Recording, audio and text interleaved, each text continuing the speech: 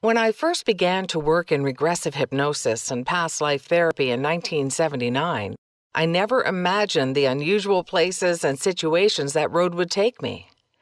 Over the ensuing years, it has taken me into some strange byways. I've had some incredible adventures, met some fascinating people from the shadowland of the past, and retrieved valuable information that was thought to have been lost forever.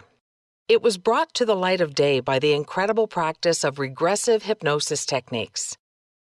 My time was devoted exclusively to exploring the past and writing books about my discoveries. My insatiable curiosity, my ravenous desire for research, and the craving for knowledge swept me up and carried me along on a constant search. I was not concerned with hypnosis as applied to present-day situations, unless it could be used to solve a person's problems in life. Problems which arose from phobias or health problems caused by the effects of a past life, or karmic connections that carried over and were affecting present-day family relationships. I only use the standard form of hypnosis, which deals with the understanding and control of habits, smoking and overeating, etc., if it was incorporated with past life regression. The technique I developed automatically put the subject into a past life situation. Thus, I did not concentrate on their present life. All of this changed when I was inadvertently introduced to the phenomenon of UFO abduction experiences. My adventures took a totally different and unexpected direction.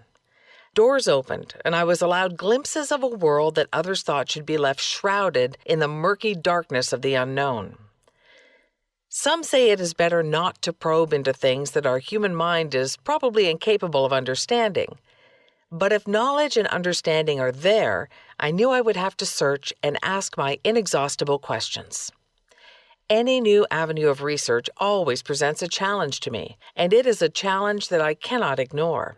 But my entry into this field of research deviated from my normal course and would require altering my technique and adapting to new circumstances. I have always had an interest in UFOs, so-called flying saucers. I have read much of the literature dealing with the phenomenon and was most impressed by the Betty and Barney Hill case when it was first introduced in the 1960s, the interrupted journey. This was the first so-called abduction case. There were many things in that report that convinced me that the Hills had a true experience. For example, the apparent telepathic communication and the non-hostile intent of the aliens seemed to me perfectly plausible. I also read what the critics had to say about the strange events in our skies that would not quietly disappear. After weighing the pros and cons, I was privately convinced there was something real occurring that could not be explained by the rational, logical thinking of the skeptics. Maybe the entire subject was never intended to be logical and simply explained. Maybe the aliens' tactics were intended to do the very thing they ended up doing, making man wonder and consider the impossible.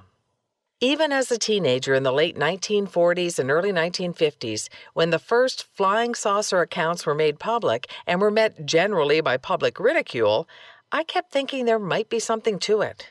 Over the years, I maintained a passive interest by reading and keeping up on the latest developments. But I never once thought I would be taking an active part in the research and end up communicating directly with aliens from another sphere of existence. Maybe my years of work in the bizarre had carefully prepared me for the eventual encounter, because when it happened, I was not astonished, disbelieving, or frightened. I was curious. This has become my trademark, curiosity, and it was to serve me well when it came to extracting information.